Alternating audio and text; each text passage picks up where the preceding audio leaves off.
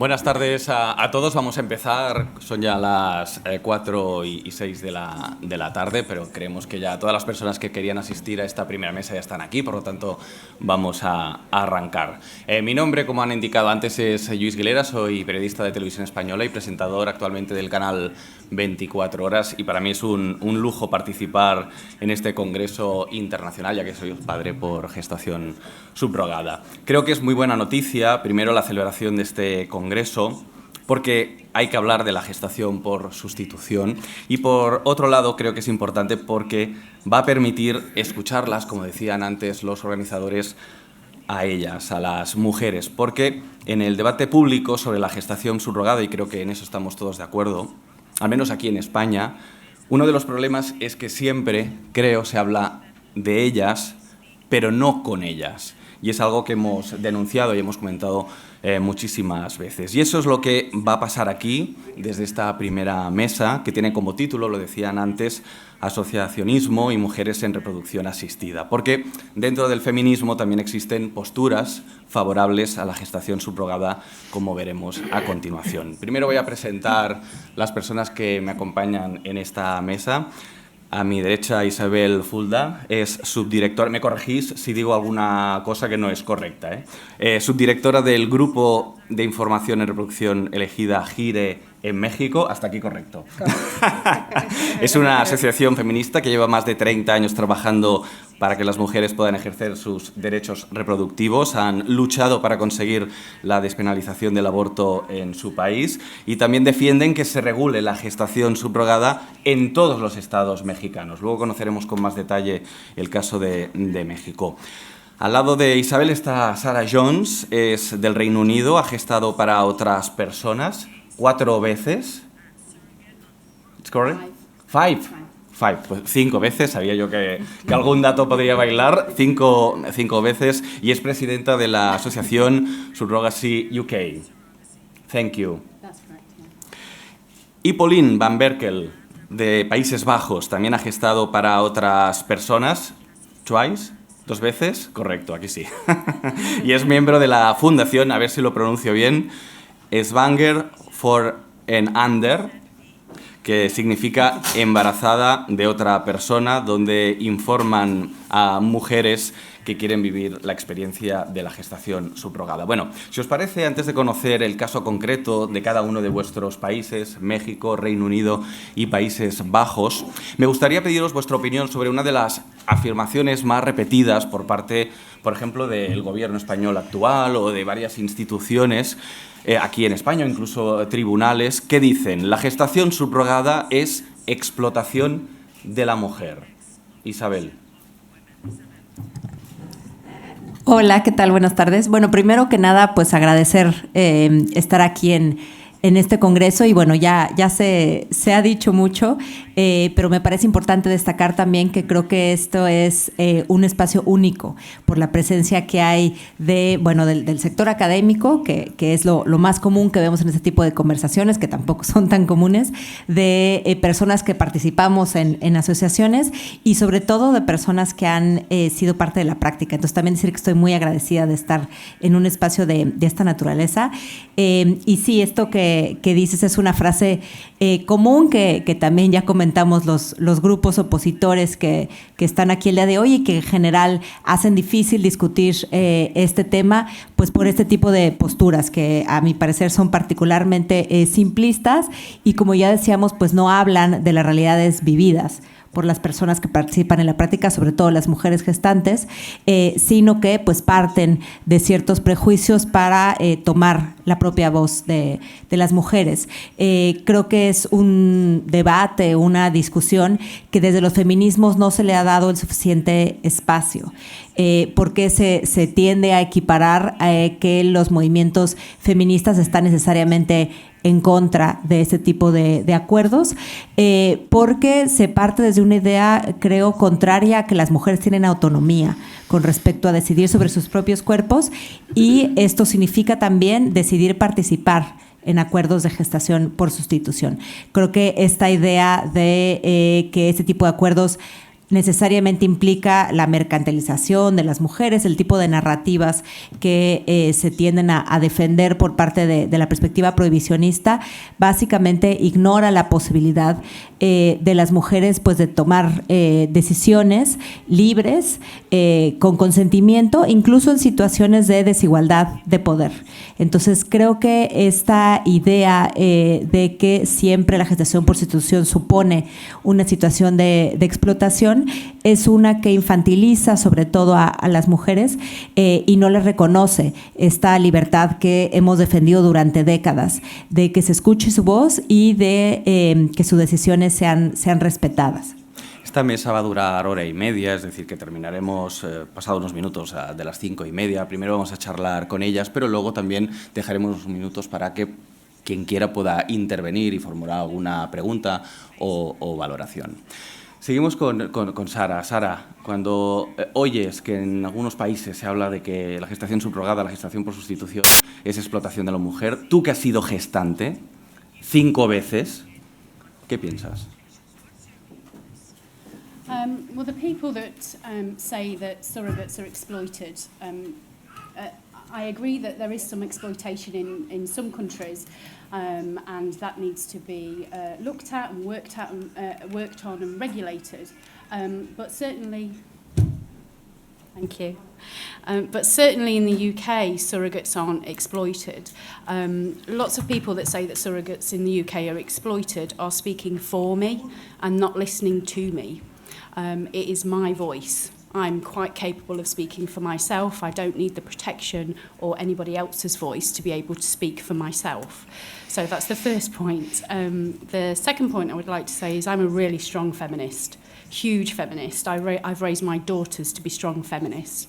And for me, being a feminist means that I have the choice to do what I want with my body, and nobody should be able to tell me what I can and can't do with my body. Not the government, not religious groups, not other feminists, to be perfectly honest with you. So for me, surrogacy is all about choice. So I have the choice whether to be a surrogate. I have the choice what sort of IVF I have. I have the choice what sort of medical care I have. I have complete body autonomy through my surrogacy journey. I make all my own medical decisions. I birth how I want to. So when somebody says they're exploiting me, actually in the UK, I have all the choice. I can choose who I help. There's nobody forcing me into this. And I'm doing it because I want to do it. It's a choice for me. And I think that's the key thing that I want to sort of say to people. Surrogacy should be open for people who want to do it, not who need to do it. So I'm personally opposed to commercial surrogacy. I don't think anybody should be put in the position where they have to do it for money. So, but that doesn't mean that we should take away the rights of women who want to do it. You know, there are lots of things. For example, marriage. You know, there are some practices in other countries, arranged marriages, that exploit women. We don't just throw out all marriage in all countries, because in some countries there are some bad practices. We work to safeguard the people that are vulnerable, but we give people who want to make that choice the right to make that choice. Gracias, Sara.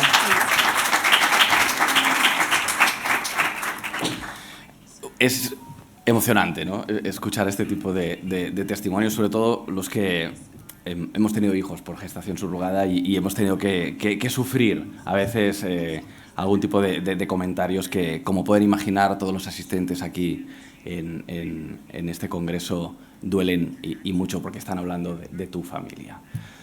Pauline, explotación de la mujer, tu valoración desde Países Bajos, ¿qué opinas cuando oyes algo así? Well, for the Netherlands, I don't think there is any exploitation, for the simple reason that surrogacy right now is exclusively altruistic, and so that's, you know, that takes away a big issue in that regard. So currently there is no legislation. They are working on it, but there is no legislation currently, which means that as a surrogate you have to 100% trust your intended parents, and vice versa. Intended parents have to 100% trust their surrogate to go through with the whole process and to end up where you both want to be.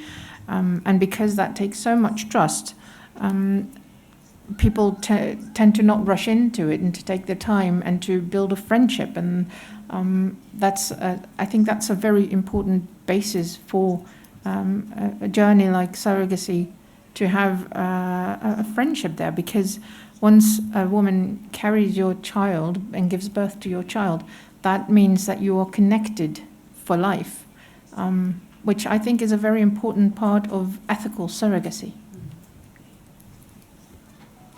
Gracias, Pauline. Bueno, vamos a ir al caso concreto, aunque ya nos ha dado también ya algunas pistas de cómo es en Países Bajos, Pauline. Luego seguiremos profundizando algo más. Pero empezamos en el caso de México. Vamos a conocer cómo es la realidad de la gestación por sustitución en México. No existe una legislación sobre gestación subrogada que afecte a todo el país. Solo hay estados que la han prohibido, eso sí, que es Sinaloa, Querétaro, Coahuila y San Luis Potosí, ¿correcto? Y Tabasco solo a mexicanos, y en el resto no hay norma.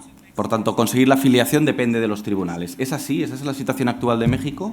Solamente haré la precisión de que Sinaloa sí lo regula. Sí lo regula. De manera restrictiva, pero sí lo permite. Ah, vale. ¿Cuál es la situación entonces de México?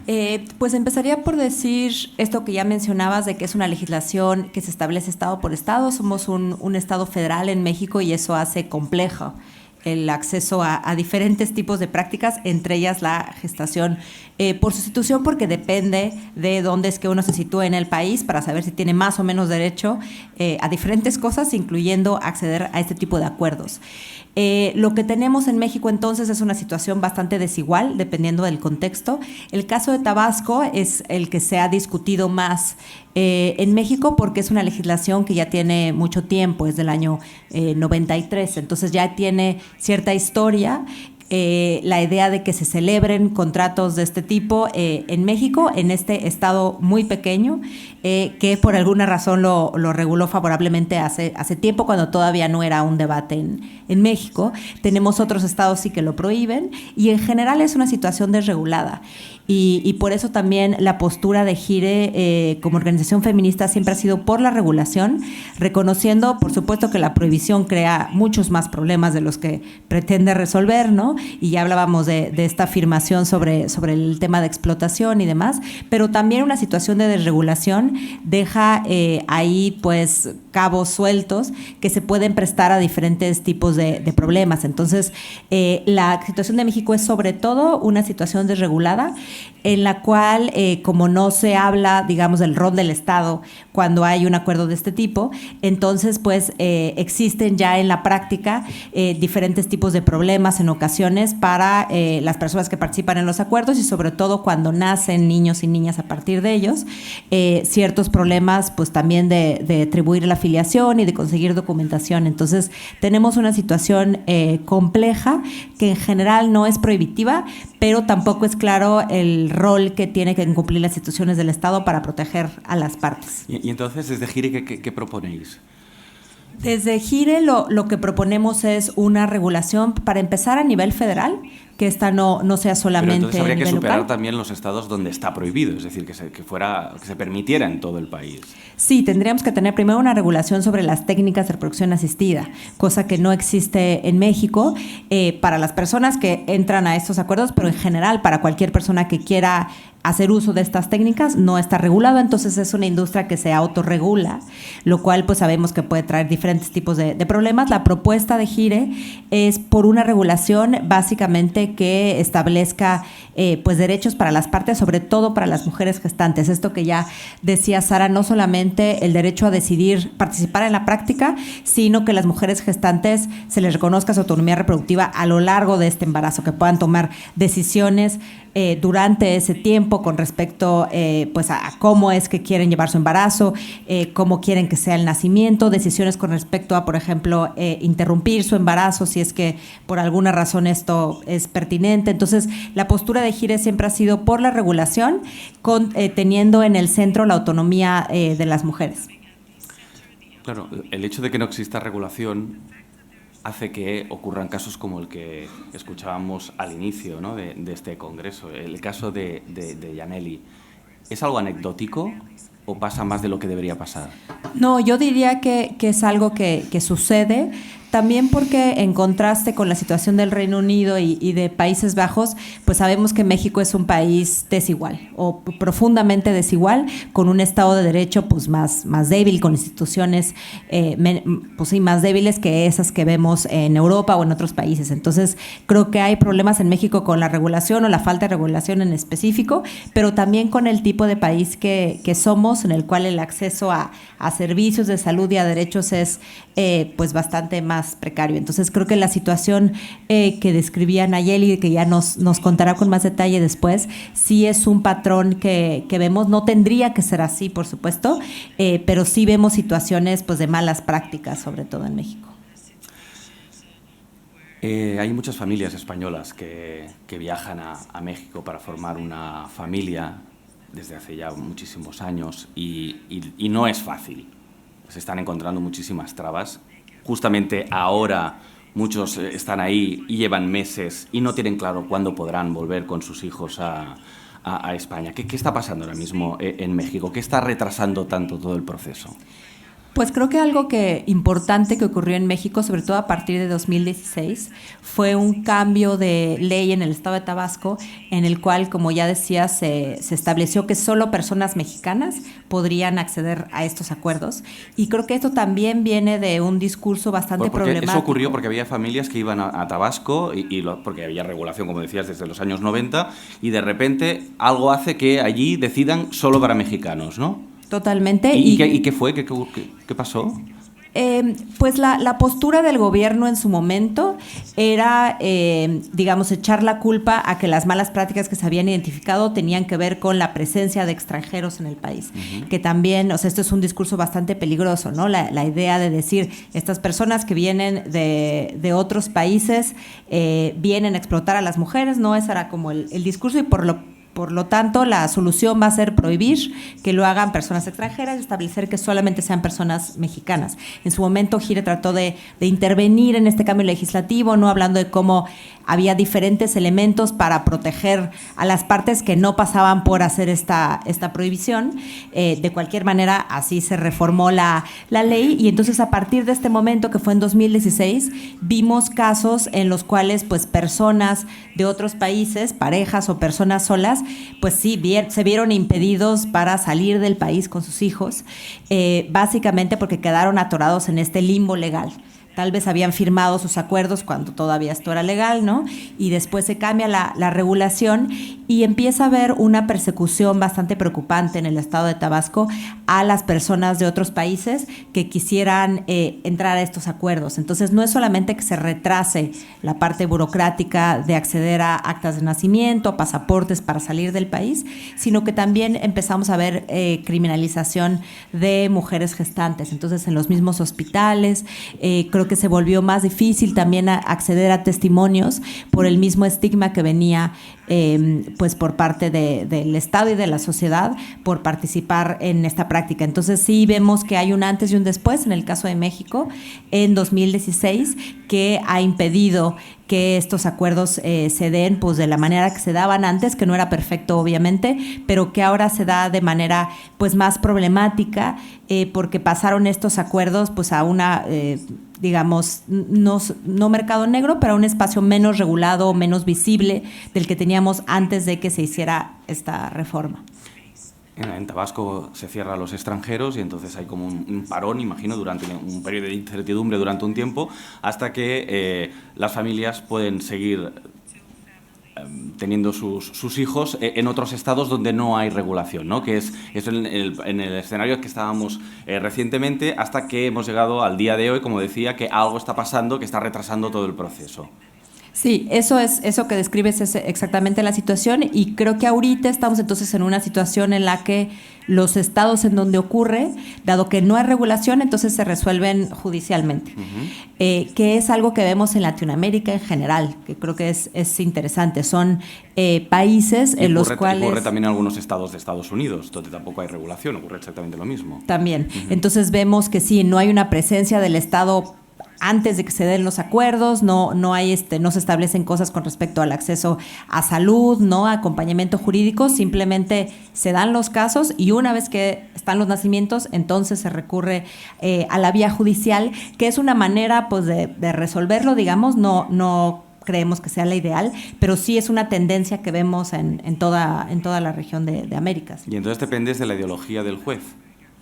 Y depende de lo que piense el juez y la opinión que tenga sobre todo este proceso, irá más rápido o irá más lento. ¿Es eso lo que está ocurriendo? Claro, sí, porque como no tenemos un marco normativo al respecto, pues depende de la interpretación de los jueces, que además, pues sí, es difícil entender hacia dónde va a ir. No tenemos precedentes jurídicos claros tampoco, ¿no? Mientras más se fortalecen este tipo de precedentes, entonces depende menos de la persona que es el juez, digamos, hay más claridad sobre hacia dónde tienen que ir las decisiones. En el caso de México no tenemos suficientes experiencias o suficientes sentencias como para que sea claro. Entonces sí deja esto en una situación de bastante incertidumbre a todas las partes, ¿no? Incluyendo los padres intencionales. ¿Qué les dirías a las familias que están ahora mismo en México y no tienen claro cuándo podrán salir del país? Ay, pues es difícil. Creo que... sí, es difícil ver cuándo esto va a cambiar. En el caso de México, creo que sí estamos en una situación que no es ideal en este momento para las familias, sobre todo las familias extranjeras. Tampoco diría que esto es necesariamente mucho más sencillo para las familias mexicanas. Hay retrasos en general también para las personas mexicanas, sobre todo cuando son parejas del mismo sexo, ¿no? Hombres solos. Entonces no es una situación sencilla. Creo que se pueden acercar a las asociaciones.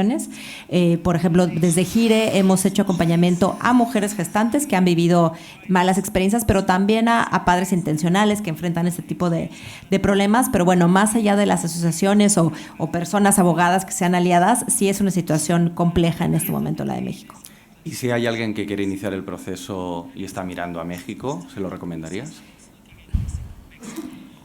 De entrada yo diría que no. A nivel personal, creo que la situación de México ahorita es suficientemente compleja, al menos para que se informen bien. Por supuesto que México es una opción y existen agencias o espacios en donde se da de muy buena manera. Creo que no es necesariamente un entorno ideal para la práctica. Ojalá lo sea. A través de, pues sí, una mejor regulación, un debate público que también ha sido difícil por las voces muy fuertes que hay en contra.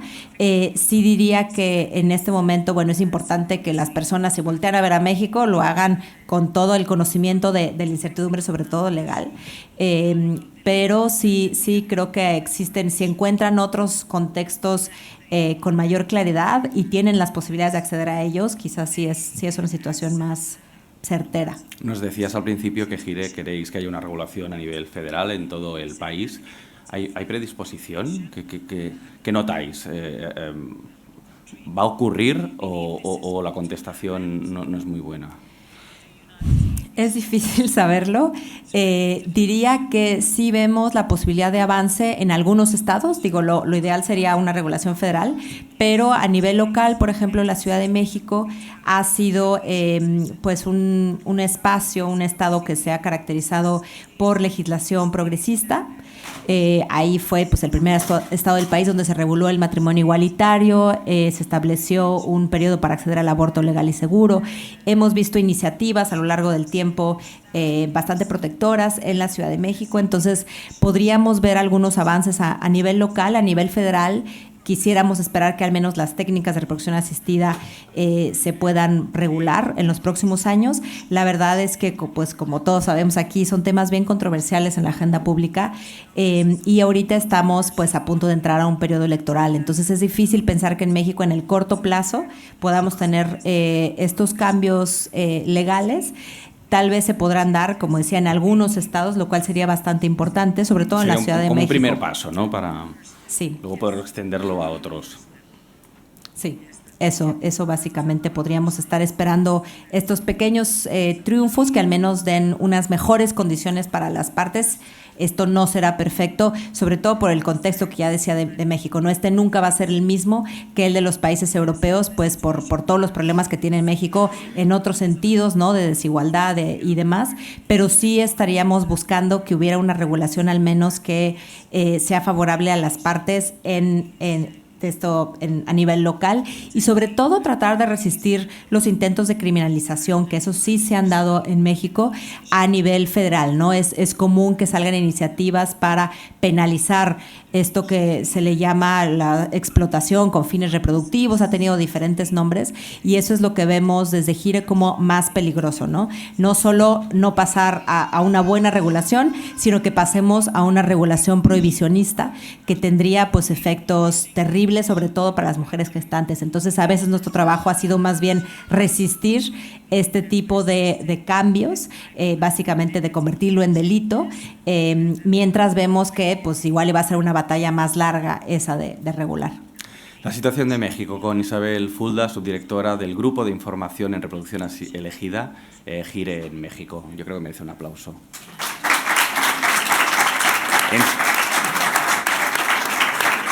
Enseguida seguimos hablando contigo, pero hemos conocido, y yo creo que muy bien, con mucho detalle, la situación de México. Nos vamos ahora al Reino Unido, vamos a hablar un poco más con Sarah Jones, como decíamos, que ha gestado para otras personas y es presidenta de la Asociación Surrogacy UK. Sarah, en tu país la gestación subrogada, me corriges también si digo algún dato que no es correcto, está regulada desde los años 80. It's not regulated, but there are laws. There are laws that we have to adhere to, but there is no formal regulation. Yeah. ¿Es altruista? Yes, it has to be altruistic. Commercial surrogacy is not allowed in the UK. Yeah. ¿Y solo para británicos? Yeah, so you have to be domiciled in the UK. So you don't necessarily have to be resident in the UK, but you do have to have links to the UK. So you can live overseas but be British and access UK surrogacy. But yeah, essentially what they don't want is surrogacy tourism. So they don't want people coming from outside the UK to work with UK surrogates to then go back to their country. So whoever works with a UK surrogate must have really strong links with the UK. ¿Existe debate social sobre la gestación por sustitución en tu país, en Reino Unido? ¿O es un país que lleva tantos años haciéndose que no existe ese debate? There's always a public debate about surrogacy. That will never go away. Essentially, for the last 30 years, it's sort of been... Nobody's really made too much of it. Nobody's really protested too much about it. However, about 10 years ago, we pushed for some legal change because the laws in the UK aren't fit for purpose. They aren't suitable for intended parents. They're not suitable for surrogates. But most importantly, they aren't suitable for the children that are born through surrogacy. So about 10 years ago, we started legal reform. The Law Commission took that on, did a public consultation, and have now come back with some proposals for surrogacy. And these proposals have been met with some debate. So there is a very small but very loud voice of people that are now opposing the legal reforms on surrogacy. So that is happening. It hasn't happened in the past, but we're seeing a lot more of it now. ¿Crees que hay algún aspecto de la gestación subrogada en tu país que debería mejorar? Porque, por ejemplo, corrígeme también si es un dato que no tengo correcto, no pueden solteros, solo pueden ser parejas. No, that's changed now. That has changed. So as a solo parent, either a man or a woman, is that my phone? Sorry. A solo parent, either a man or a woman, can now work with a surrogate and is now eligible for the legal process to obtain legal parenthood. So, but that's only changed in the last few years. So we've only seen a few solo parents become parents through surrogacy because it's only been a few years that that's been legal. ¿Cómo es la gestación subrogada en el Reino Unido? ¿Cómo es el proceso? ¿Quién lo controla? ¿Hay supervisión? Cuéntanos. Yeah, so surrogacy in the UK is actually self-regulated. So there are 4 big organisations in the UK, and we all collaborate, we all work well together, because we are very militant about keeping surrogacy safe and surrogacy ethical. So we all sort of work together, and it's been sort of self-regulated for now. We have pushed for regulation, and that is one of the proposals of the legal reform, is that it is regulated by a government body, which we completely support. We can't wait for, to be honest, because surrogacy has been kept safe and ethical by luck for the last 30 years, to be honest. And I think it's done that by the community being really passionate about keeping it safe. But, you know, as with anything, surrogacy is growing. The number of people undertaking surrogacy in the UK is increasing.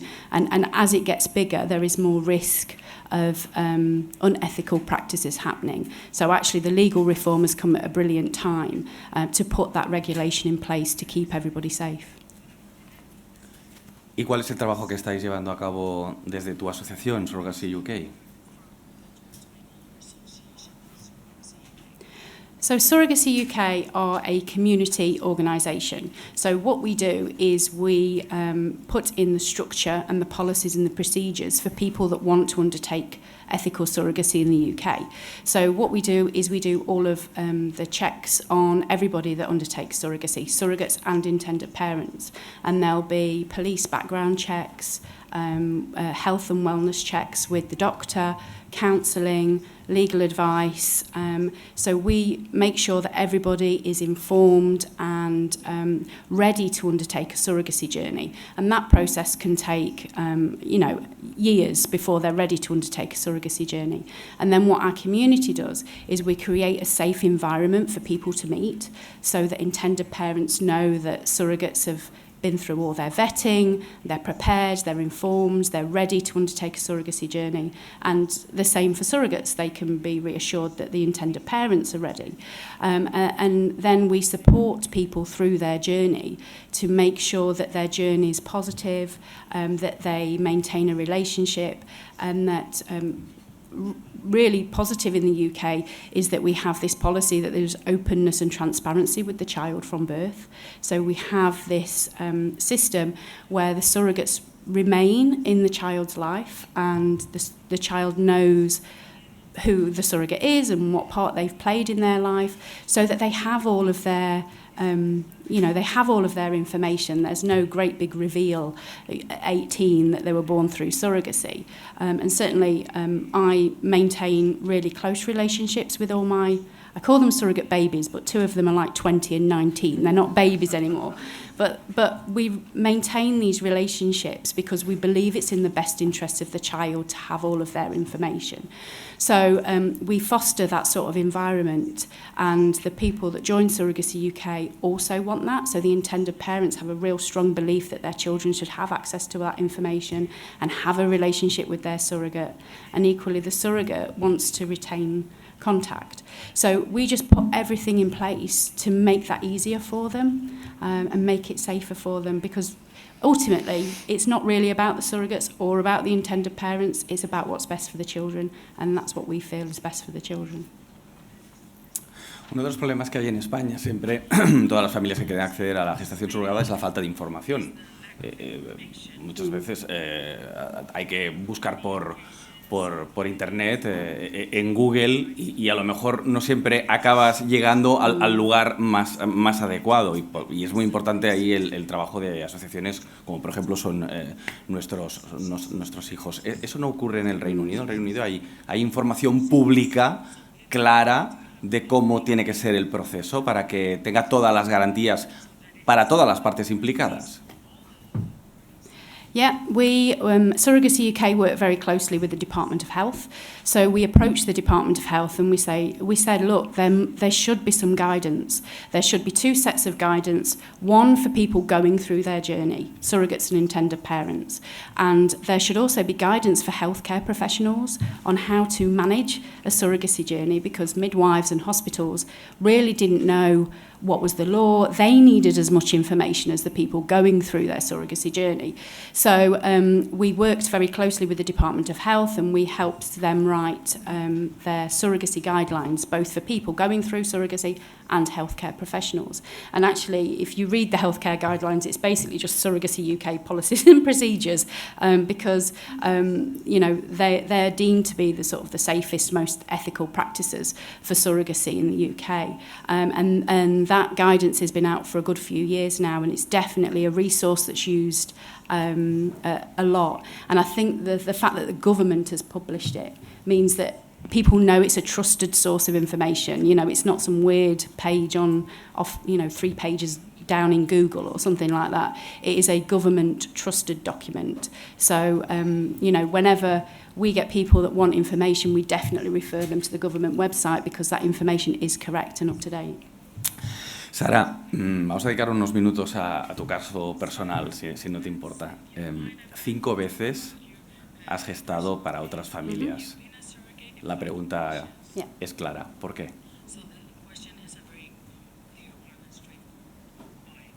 Well, I always say, why not? You know, I mean, I'm not, why not? You know. Sí, no, pero es importante el por qué, porque precisamente por lo que decía en la presentación, porque se habla de las gestantes, pero nunca con ellas. Y a lo mejor muchas de las personas que están protestando hoy ahí fuera no han hablado nunca con una gestante y no han hecho la pregunta de ¿por qué? Y es importante escucharos y que nos digáis por qué lo hicisteis, porque a lo mejor eso también les dejará sin muchos de los argumentos, ¿no? Okay.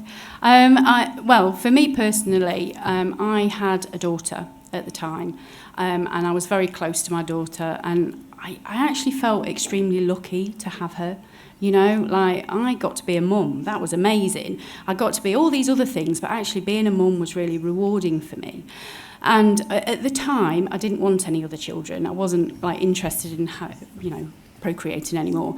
And I thought, but it seems such a waste. You know, I was like in my early 20s. I was like 22, I think, when I first started researching surrogacy.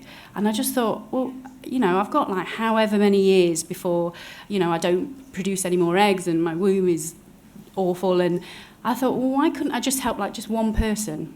Why couldn't I just help create what I've got for somebody else? And for me, it seemed like such a small thing. Like, it's 9 months. Like, what's 9 months compared to a whole lifetime for somebody? It honestly didn't seem like a big deal. Like, it just wasn't. So I researched it a bit. I researched it for a few years, and I was umming and ahhing about whether to do egg donation or whether to do surrogacy. And actually, egg donation was anonymous. And I thought, well, I don't want no links with this family afterwards. So I opted for surrogacy because there was this organisation and it promoted friendship first, and it promoted that you'll have lifelong relationships with somebody. And I thought, okay, I can do that. And I knew in my head that I could do that. And so I went along to a pub, a restaurant, and I sat next to, she was actually a Greek woman. She was a Greek woman, Andrea. And we spent about 3 or 4 hours chatting. And we both went home that day, and we've talked about it afterwards, and I felt like I had found a sister, and she'd gone home and said exactly the same thing to her husband. We just connected on this level, and it was a few months later. I said I wanted to get to know her better, and we had a baby together. We tried for a couple of months and conceived Georgina, who's now 20, who's now an adult. And I remember Georgina being born, and she was placed on my stomach. And I just looked over at Andrea and her husband, and I went, oh my God, there's your baby. And it was just so surreal. It was not like I'd given birth. It was my best friend just had a baby, and I was so excited for her that I'd actually got Andrea on one hand gripping that hand, and I'd got her husband on this hand gripping that hand, and I went, let go and get your baby, you know, like, I'm fine, go and get your baby. And the cord was cut, and my intended mother was able to induce lactation. So the midwife helped her to breastfeed. So they got her settled, they had skin-to-skin contact, and they breastfed, which was amazing. And I just sat there, literally watching them going, oh my God, I've done that. I've created that family. It was so surreal.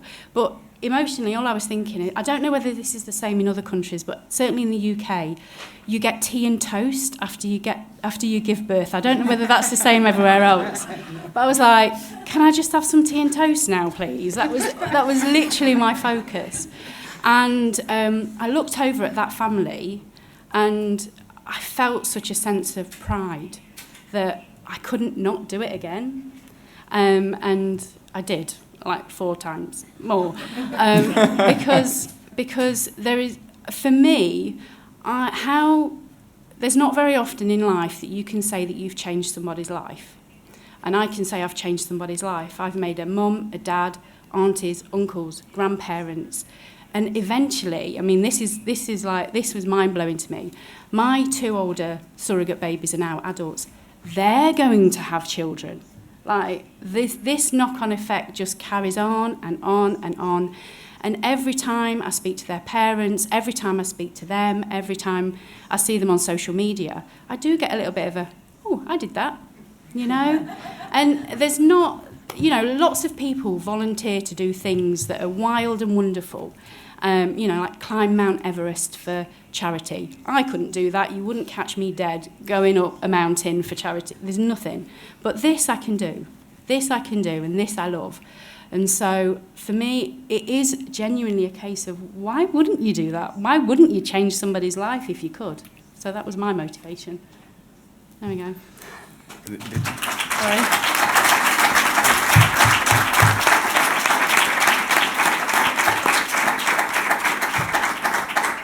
Es genial escucharte, Sara, porque lo que acabas de decir desmonta también uno de los argumentos de mucha gente cuando yo he tenido que hablar con personas sobre el proceso que viví yo como padre por gestación, por sustitución, y cuando hablas con mujeres sobre todo te dicen, es que yo sería incapaz de gestar una criatura durante 9 meses y luego entregarlo a una familia. Y es algo que no sé si también hay gente que piensa así en el Reino Unido, no lo sé, pero aquí en España muchas mujeres que tienen, a lo mejor no son contrarias a la gestación subrogada, pero sí tienen reticencias, y uno de los argumentos es ese.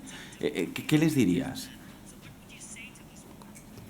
Well, for one, I'm not giving a baby away. I have 3 children. I can't get rid of my children at all. You know, I wouldn't give my children away. I'm giving my intended parents their baby back. It was always their baby. It's their embryo. It's their baby. I'm just giving it back to them.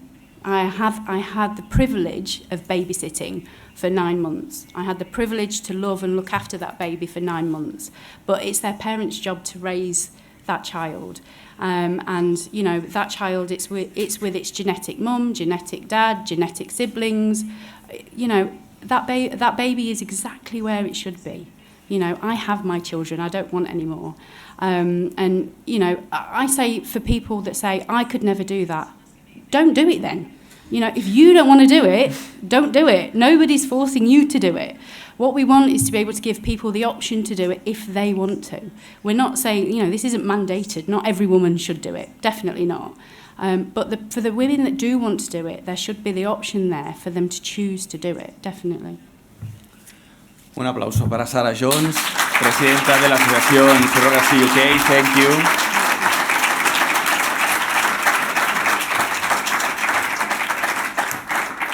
Hello, Pauline.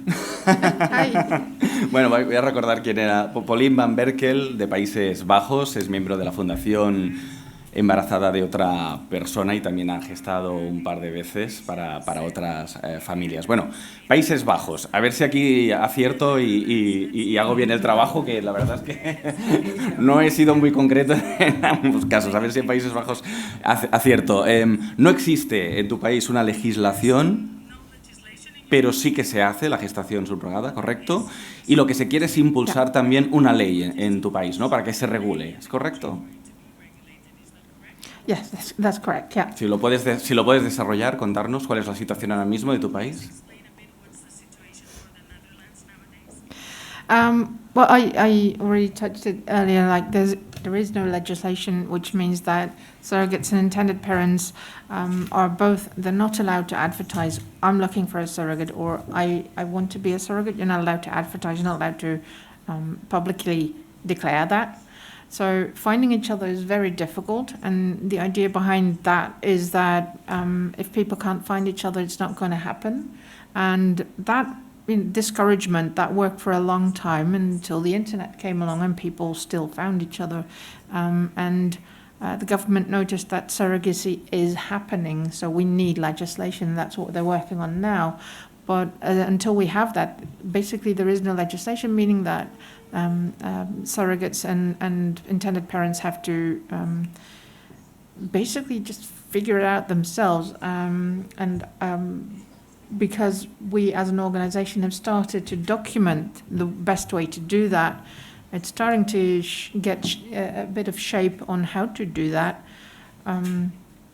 But basically what it comes down to is you can write it all down, what you're planning to do, but in the end it's 100% trust, faith in each other, that the surrogate mum will work along and sign all the needed legal documents that the intended parents can adopt this baby, and which something that many people forget, because everyone is like, oh, but what if the surrogate changes their mind and wants to keep the baby? And what people forget is, what if the intended parents change their mind and they don't take the baby? As a surrogate, you're the legal mother from birth in the Netherlands, meaning that if the intended parents don't go through with that adoption, either because they changed their mind or because it turned out there's something wrong with the baby and they can't take that responsibility, or maybe something just happened to them, that means that you as a surrogate have a child.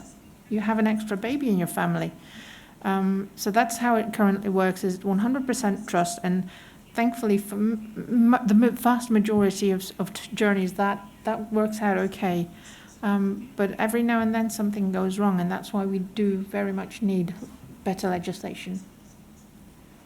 Por tanto, podrías decir que el proceso en Países Bajos no se realiza con total garantía. Falta una regulación, por lo tanto, que establezca unas normas, ¿no?, para cumplir por parte tanto de los padres de intención como de la gestante.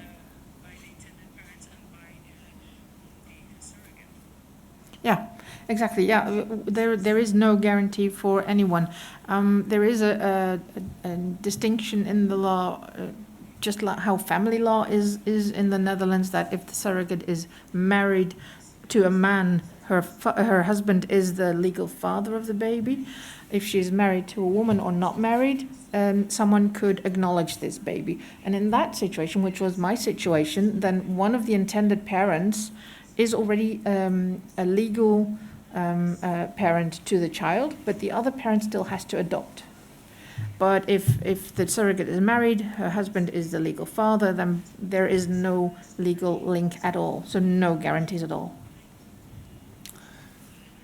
¿Qué opina la opinión pública de tu país sobre la gestación subrogada? ¿Hay también movimientos en contra?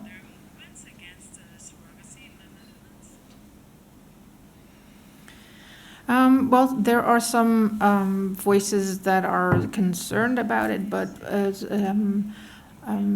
as far as I've heard so far, mostly the voices are saying we need to make sure it's not commercialized, and it has to stay altruistic, and it has to stay voluntary, and et cetera, et cetera. There's not a lot of voices saying we should ban it altogether. No, most of the discussions in politics is how to do it, and not as much should we do it. Thankfully, I'm very happy about that. Es curioso porque hay una diferencia respecto a España, donde sí que hay voces que piden directamente que se prohíba, incluso que se persiga a las familias, que también lo hemos llegado a oír, que han recurrido a la gestación subrogada. España y Países Bajos tampoco somos unos países que estemos tan lejos. ¿Por qué crees, Pauline, que hay una sensibilidad tan distinta en países del mismo entorno? Estamos hablando del entorno europeo, es decir, que hay diferencias culturales, eso es obvio, pero ¿por qué esa diferencia en la manera de pensar? I think a big difference came about in the Netherlands when surrogates and intended parents, but mostly surrogates, stood up and told their story. When I started telling my story, also in the media, it had a face, it had like a name. This was someone who actually does that. You asked Sarah earlier, like a lot of things that I hear is from women saying, "Oh, I could never do that." That is in fact the most heard comment ever. If I tell people I've been a surrogate, I could never do that. Well, then please don't. But at the same time, the whole story Sarah told me, one-on-one, could have been my story. Why do you want to do this? Well, it's kind of a waste, and I think I can. I knew I could. That's something that I hear all surrogates, they all have this very similar story of why they want to do this and how they want to do this, and they need to tell their story, and they need to show themselves, and so that other people can see, okay, I could never do that, but that doesn't mean that people who do that are forced. It means that they feel different. Yo creo que has dicho una de las claves que cambió un poco la sensibilidad que había sobre este asunto en Países Bajos cuando se escuchó a las gestantes, y por eso yo creo que es tan importante que personas como vosotras hoy estéis en este congreso en España, aquí en Bilbao. Un aplauso, por favor, para... No sabéis lo importante que es y cuánto tenemos que agradeceros que estéis aquí y nos estéis contando vuestro caso. Vamos a tu caso también personal. Tú tuviste, a ver si también me he documentado bien, tuviste 3 hijos y de repente decidiste que no querías ampliar tu familia, que yo ya con 3 hijos ya era suficiente, pero te querías quedar embarazada. Y entonces de repente dices, ¿y esto cómo lo hago? Me quiero quedar embarazada, pero quiero ampliar mi familia. Y descubres la gestación subrogada. Y de repente conoces a una familia de 2 chicos que quieren ser padres, y gracias a eso nació Emma. ¿Es correcto? ¿Es así la historia? That's the short story, yeah. Hombre, la tienes que contar tú, la ampliada.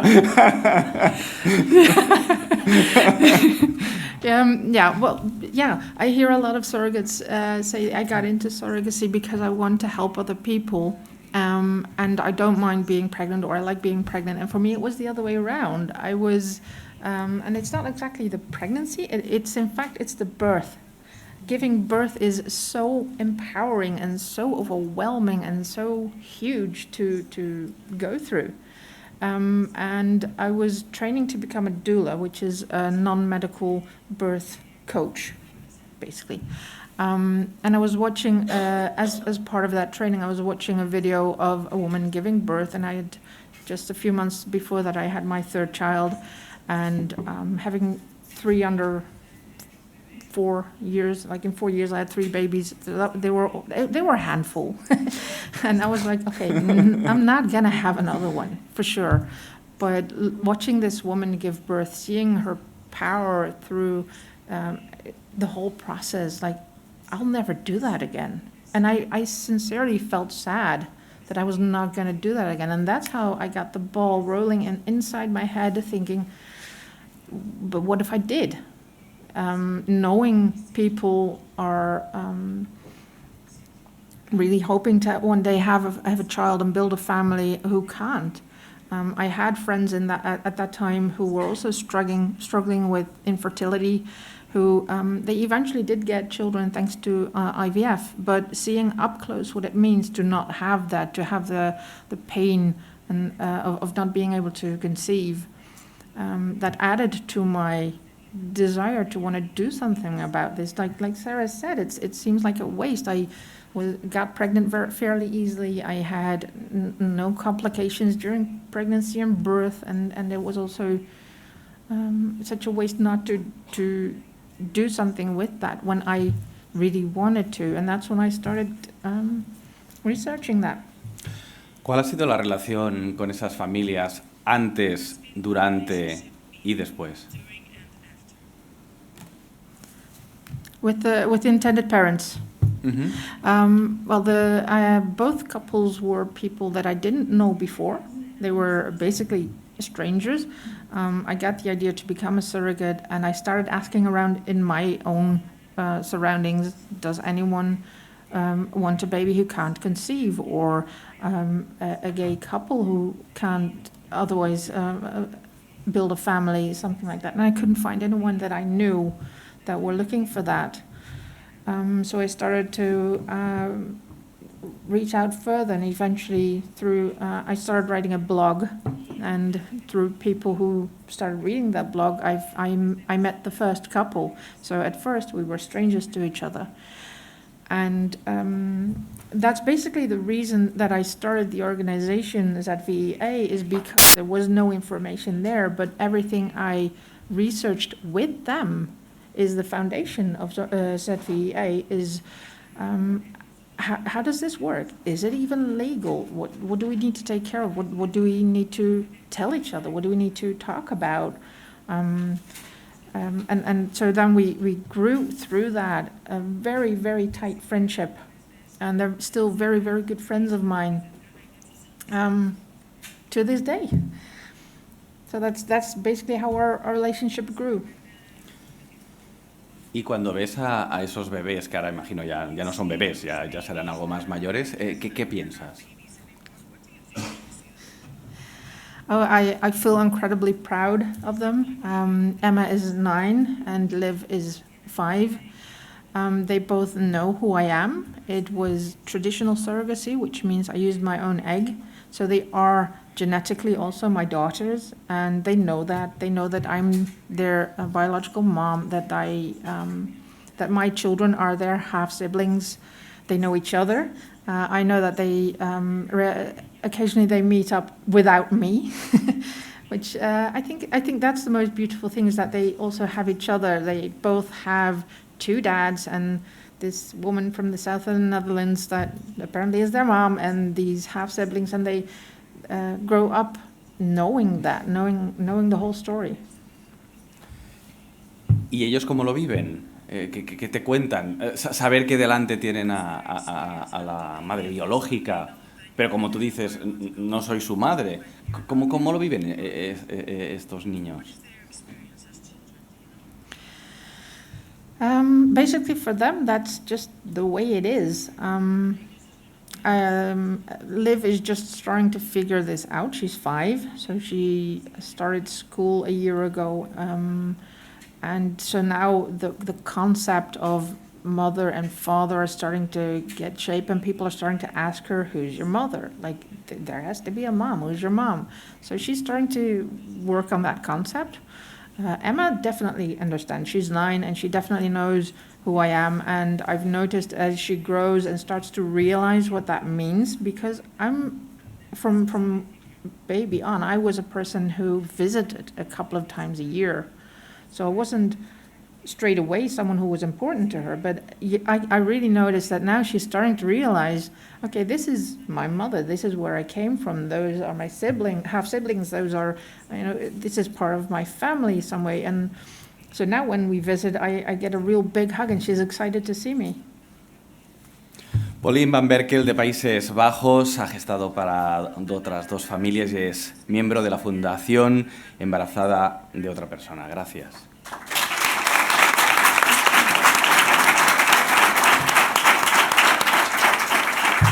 Bueno, pasan unos minutos de las 5, enseguida abrimos turno por si alguien quiere hacer algún tipo de reflexión delante de todos o alguna pregunta a los miembros de esta mesa, pero yo os quiero preguntar antes una cosilla en breve. Las 3 sois miembros de 3 asociaciones. Y las 3, cuando os escuchábamos, nos dábamos cuenta de la importancia, ¿no?, de que existan este tipo de entidades, ¿no?, que ayudan a avanzar donde a veces quien no tira es quien tendría que ayudar a que las cosas evolucionaran, ¿no? Cuéntanos, en el caso de México, ¿por qué es tan importante que existan asociaciones como la tuya? Yo diría que las asociaciones siempre son importantes en una democracia. Creo que en este tema en específico, que creo que sí, los 3 países son muy distintos, pero tienen en común que el Estado no está muy presente, ¿no? Falta regulación, faltan certezas.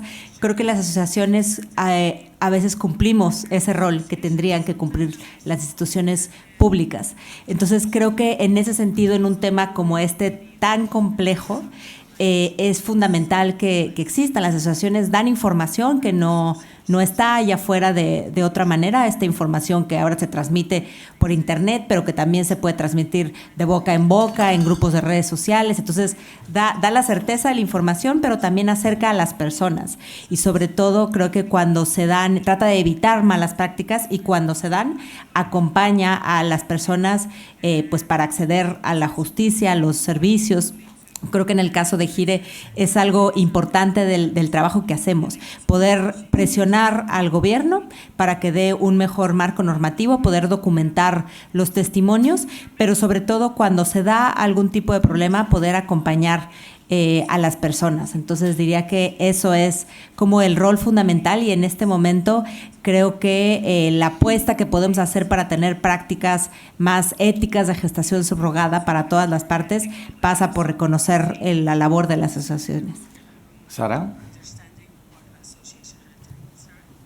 Yeah, so anybody that's been on a journey to have children that is struggling or that can't have children, there's nothing so lonely as going through that journey on your own. And these organisations help people feel a part of something, a part of a community. They don't feel on their own. They've got other people that they can talk to that can sympathise and empathise and have been in their shoes. And organisations like us, we provide that experience so that they're not alone when they first start going through this journey. But importantly, especially for Surrogacy UK, it's important that the parents through surrogacy and the families through surrogacy stay within the organisation too, because we want the children to grow up also knowing other children born through surrogacy, so that they don't feel alone. So, you know, surrogacy is still few and far between. I will be the only surrogate that lives in my village, but when I come together in my community at Surrogacy UK, there's 300 other surrogates who think like me, who understand my motivations without me having to say it. And when I'm talking about surrogacy, I'm not just one voice. You know, I am the voice of all the surrogates that are of that organisation, and we are much stronger together. Our voice is much more powerful when we are able to speak together as a community and as an organisation. And I think that's the power of an organisation, is that we're collecting all of those voices so that eventually we'll be heard. You know, they can't ignore whole organisations and whole communities who are all saying the same thing. So for me, that's the real empowering thing about these organisations, is bringing those people together. Pauline? The same, actually. Well, if someone signs up for one of our Facebook groups saying, I want to be a surrogate, the first thing we do is we contact her directly and we connect her to someone who's been a surrogate for a one-on-one conversation. She can ask all of her questions, and the experienced surrogate just tells her personal story. This was my experience, and helps to guide that, because as a surrogate, when you first come in, like I said, most heard comment is, "Oh, I could never do that," and it can be such a relief to hear women say, "I understand you. I feel the same way. I think I could do that. I also want to do that. I wanted to do that. I did that, and it was okay for me. I'm not a mess. I'm not. I don't have a trauma now. It was beautiful." Because that's what people will tell you. When I first started this journey, they did tell me, oh, you're going to be sorry. You're going to regret this. This is going to be so hard, and it's going to be so difficult for your children. They won't understand. They'll be so confused. And they weren't.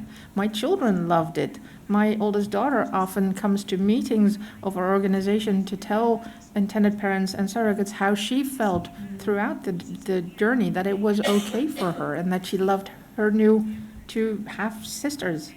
Es que estás comentando algo muy interesante también, y es vuestro entorno, vuestra familia. En ninguna de las dos tuvisteis, en este caso, ningún problema con vuestras parejas, con vuestros hijos, con vuestros padres, con vuestros primos, con vuestro entorno. So my mum, at the beginning, she was very worried about me. She thought that she was worried about me medically, but my mum comes from, her history is that she had to have a child adopted. So my mum comes from a very different place, and she was worried about me because she'd been through something. She'd been through an adoption, and what I did was I introduced her to the intended parents. I included her on that journey, and at the end she sort of said, oh, I get it, I get now why you've done it. And she saw that I was fine, and actually how much of a benefit it was to me and my child's life. And so the second time that I said, oh, I think I'm going to do surrogacy again, she went, okay. And she never batted an eyelid. So it is more about the fact that they don't understand it. You know, they don't understand what will happen, and they're just worried about you. You know, your parents are supposed to be worried about you. That's absolutely fine. That's absolutely normal. But actually, when people live through it, their perception changes completely. And actually, a few years after that, she actually broke down, and she said, I just wish that, you know, my situation was as happy as yours.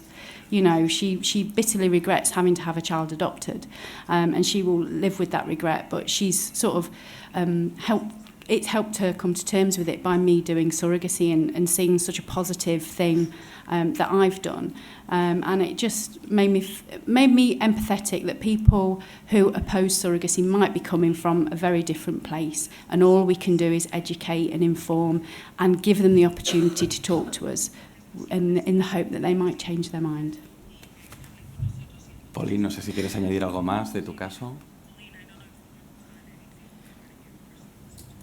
It's quite similar, except my mother didn't go through an adoption, but other than that, she was very worried about me, but mostly about my children. And after the first journey, when I said, I think I want to do this again, she was very proud. One of the things that really changed her mind, funnily enough, because at first she was very worried when I first told her, and she told her friends, my daughter is planning to do this, hoping to get empathy from them, like, oh, we're so sorry for you.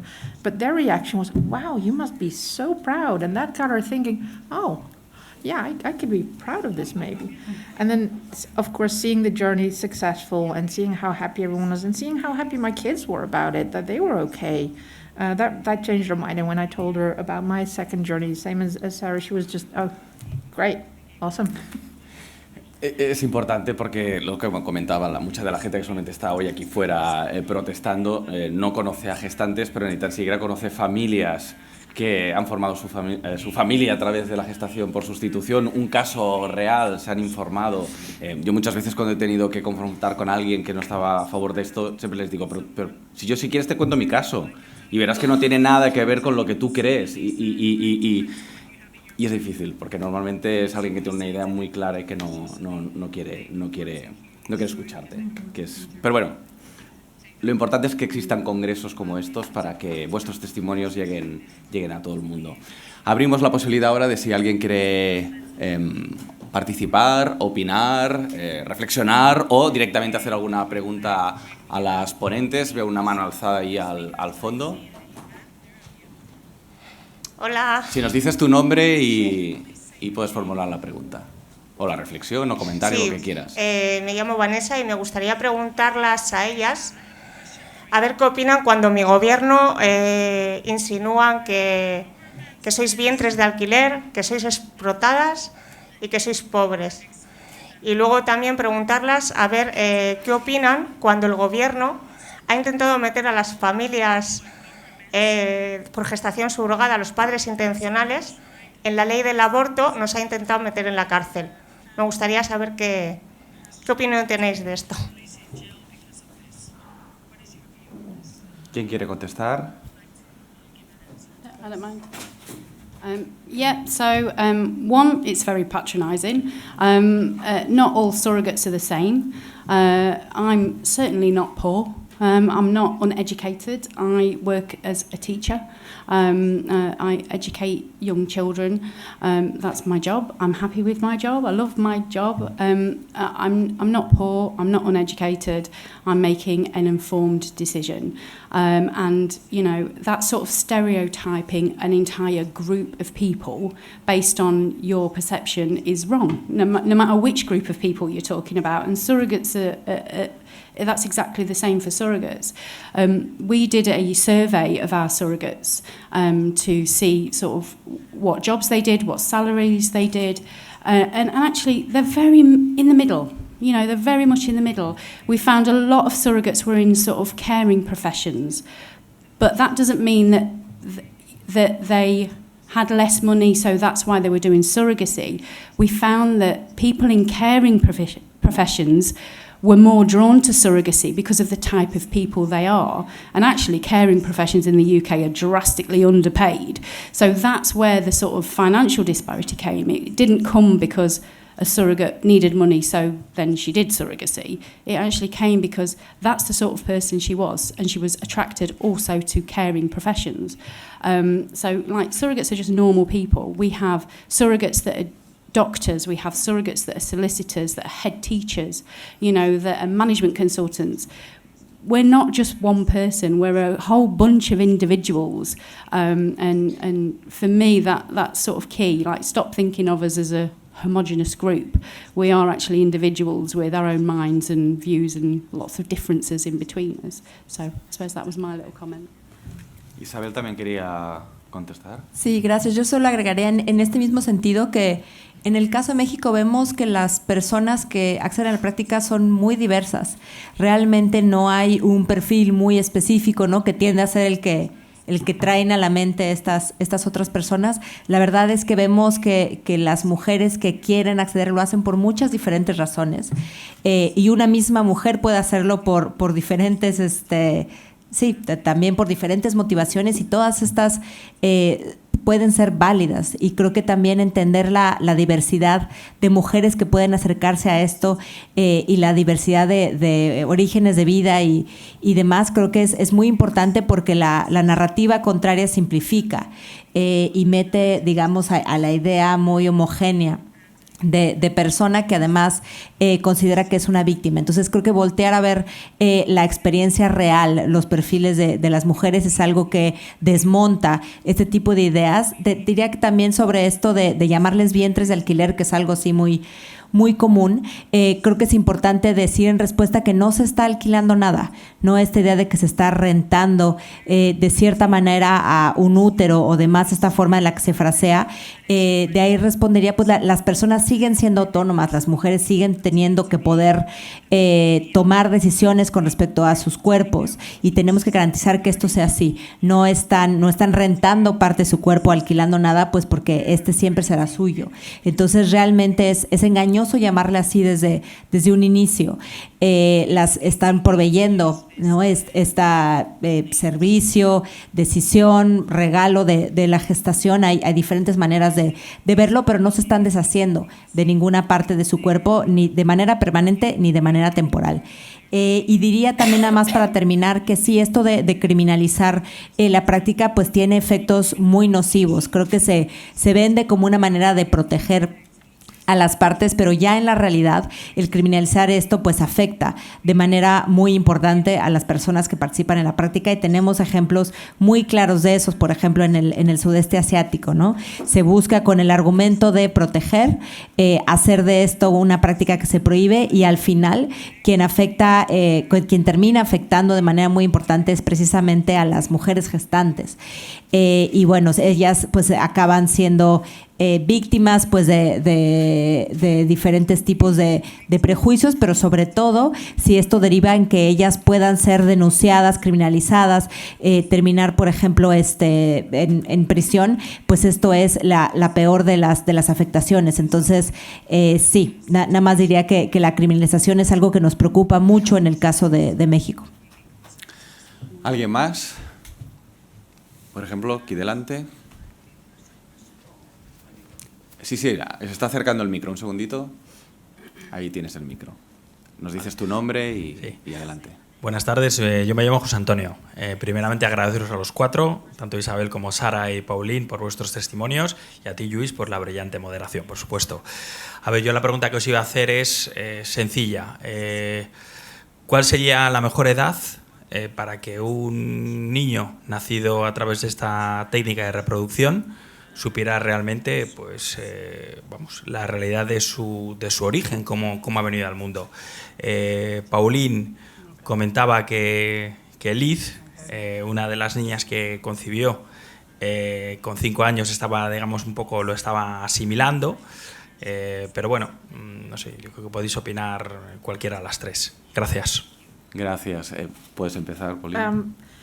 Yeah, basically from birth, every time I visited, they would say, well, this is kind of a funny story. Like when we first started out our journey with the first intended fathers, and there was no information found on the internet about surrogacy, so we had to really find it all out ourselves, how this works. And we were like, okay, so Pauline is going to be like an aunt. We're going to say aunt. And then during the pregnancy, one of the fathers said, well, this isn't correct, though. You are her mother. You've used your own egg. You are her mother. We should say mother because that's more fair. And less confusing for her in the end. We didn't know she was a girl at the time, but less confusing for the baby in the end. And then when she was born, so they said, mother. So they said, this is, your mother is coming to visit. Every time I would come, and even before she would speak. So, you know, because they started out right away, that was something that was always there. And it was always open to ask questions about for her. And then we said, you know, okay, so I'm going to be the mother, but not the mom, because a mom is someone who reads you a story at bedtime, and a mom is someone who comforts you when you've fallen and scraped your knee. So I'm going to be her mother, but not her mom. Until Emma was 4 or 5 years old, starting to figure out what a mother and a father is, and she said, hey, mom. So that was us having good plans of saying mother instead of mom, and she decided differently. Nowadays, she tells other people, I'm going to see my mom or I'm going to see my mother, but when she talks to me, she says Pauline. So that's, you know, these children will find their own way in that, and I think the most important thing is that they are allowed to, that they're allowed, and you can only do that if you are just open about it right from birth, from when they're a little baby. Keep telling them, this is, you know, this is your surrogate, this is where you were born from, or you know, just tell them. It's really not that hard if you just do it right from the start. You don't have to have this big moment or when will we, just right from the start would be my advice. No sé si Sara, ¿quieres añadir algo? So it should never be a conversation. Do you sit down and tell your child, I am your mum, and this is your dad, and this is your grandma, and this is your granddad? It's never a conversation, you know, it's just normal. When the surrogate children that I've had, they always had a picture of me and my children in their nursery, so even from birth, it was introduced, like it was never going to be a conversation because it was always just going to be spoken about matter-of-factly. And I was just treated as another member of the family. So they have a mum and a dad and they have a surrogate. And that's all it was. And it developed this huge sense of pride for the surrogate children, that they had this extra person in their life. And Georgina, when she was very little, she took me into school for show and tell. I don't know whether you have show and tell here. She took me into for show and tell, and I stood at the front of the class and she went, this is my surrogate. I have a surrogate and you don't. And that's exactly how she felt. Like, I'm special. I've got this and you don't have that. And that's how it was. But that came from her parents. So, like, I would go and visit them, and we'd go to the supermarket, and like we'd be like chatting at the checkout, and she'd tell the lady behind the checkout, "Oh, this is Sarah. She carried Georgina for us." I was like, "You don't have to tell everyone. Like, it doesn't have to be a conversation with random strangers." But that pride came from the parents and passed down to the children. And I think that's how it should be. That's the only way it can be, is to be able to talk about surrogacy with pride. Creo que también querías preguntar, ¿no? Un segundito, que se acerca el micro rápidamente. Tu nombre y Hola, soy Fina, de Granada. Mira, preguntaros dos cositas. Una, ¿qué razones tenéis para apostar solo por la altruista y no la posibilidad de la comercial? Las razones que tenéis. Y otra pregunta es, ¿qué momento pensáis que es mejor para establecer la filiación, ¿no? Por ejemplo, en el Reino Unido creo que se para 3 meses. Entonces, desde el punto de vista vuestro, de las gestantes, ¿qué es lo que os parece mejor? Well, I don't believe in commercial surrogacy, only because it changes the nature of the relationship between the surrogate and the intended parents. It then becomes a transaction. You know, are you an employee, an employer? You know, it stops becoming a relationship. You know, I have a relationship with my intended parents that's based on mutual respect and trust and collaboration. So if I was to be paid for that, am I then providing a service? Have I got a contract? Do I have to stick to that contract? And certainly for the surrogates in the UK, we definitely didn't want commercial surrogacy, because with commercial surrogacy comes legally binding agreements. So if you look at agreements in the US, for example, surrogates have to put down when they can have sex with their partner, how far away from their home they can travel, whether they can have their hair dyed, whether they can drink coffee. And for us in the UK, where retaining your rights to your own body are really, really important to surrogates, that just wasn't a model that we were willing to adopt. And surrogates overwhelmingly in the UK said, if I was going to be paid for it, I wouldn't do it. You know, it changes the complete nature of surrogacy, especially for us in the UK. We're not a particularly litigious country. You know, we don't sue each other, and that's just not who we are. So certainly for the surrogates in the UK, we like the relationships that we have with the children. And there's a surrogate child, and she's now in her teens, she's 15 now. And she was interviewed about this, and she said, I don't believe in commercial surrogacy because I don't like the thought that I've been bought and paid for. And I think whatever we do, we have to keep reflecting on the children, because they're the most important part of it. And their sense of self and their pride in themselves should be the main push forward for what type of surrogacy you want to do. And I do believe that commercial surrogacy can be done well. In lots of countries it can be done well. But for certainly the UK, it was just not a model that the surrogates wanted. And luckily enough, when they were looking at legal reform, the Law Commission listened to the surrogates. We finally had that voice, and they were able to understand that actually we didn't want paying for it. Pauline? Well, Bueno, si no quieres añadir nada más, damos paso a otra pregunta. Basically, pretty much the same, yeah. Perfecto, pues ya está, respondido. ¿Alguna...? Sí, última pregunta me dicen, porque estamos ya justo más o menos en el tiempo que teníamos establecido para esta primera mesa. Ahí está, ahí te vemos bien. Hola, yo soy Chari, vivo aquí en Bilbao. Yo sí quería ser una gestante, pero evidentemente en este país se me ha negado ese privilegio, ese derecho. Entiendo perfectamente cuando ellas hablan desde ese punto tan bonito que dicen, yo es que querría. ¿Qué pensáis si con ese querer no os hubieran dejado? Desde el punto de vista, primero como seres humanos que sois, mujeres, pero también habéis dicho que tenéis ese toquecito feminista como yo lo tengo. ¿Qué podríais decir así un poquito, alzando un poco la voz? Empezamos con Pauline ahora. We didn't We get didn't get the translation. translation. Que no han podido entender la... Repito, Sorry. o bueno, si Isabel quiere... She's doing Sí. it. Sí, yo creo que es que ha habido un cambio en las líneas y creo que donde teníamos traducción de inglés está la traducción en español y ellas creo que han escuchado la traducción en... Yeah. ¿Ahora sí que lo estáis escuchando bien?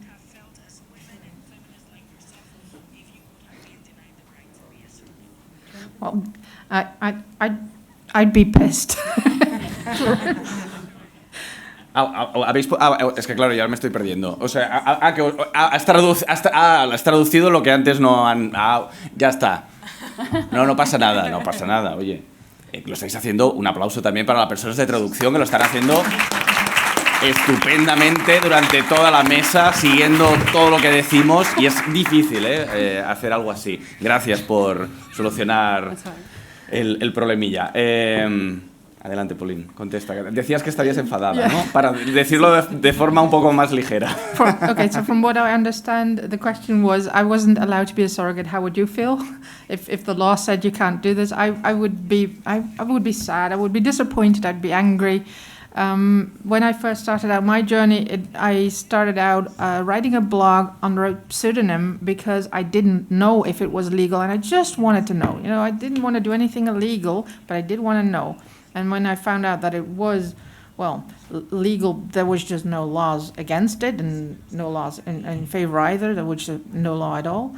I proceeded to figure out where I was going to go. But if that wasn't allowed, I mean, that's literally why we need to change things, is because here's an independent woman saying, I want to do this and I'm not allowed. You're holding your women back from doing what they want to do with their own body. Sarah? Yeah, so we're in 2023. Like, nobody should be able to dictate what somebody does with their own body. An adult woman should be able to make choices that are right for her, so long as she's informed, so long as she's not vulnerable, so long as she's not being coerced. She should be able to make choices about her own body. Like, we're not in the 1950s.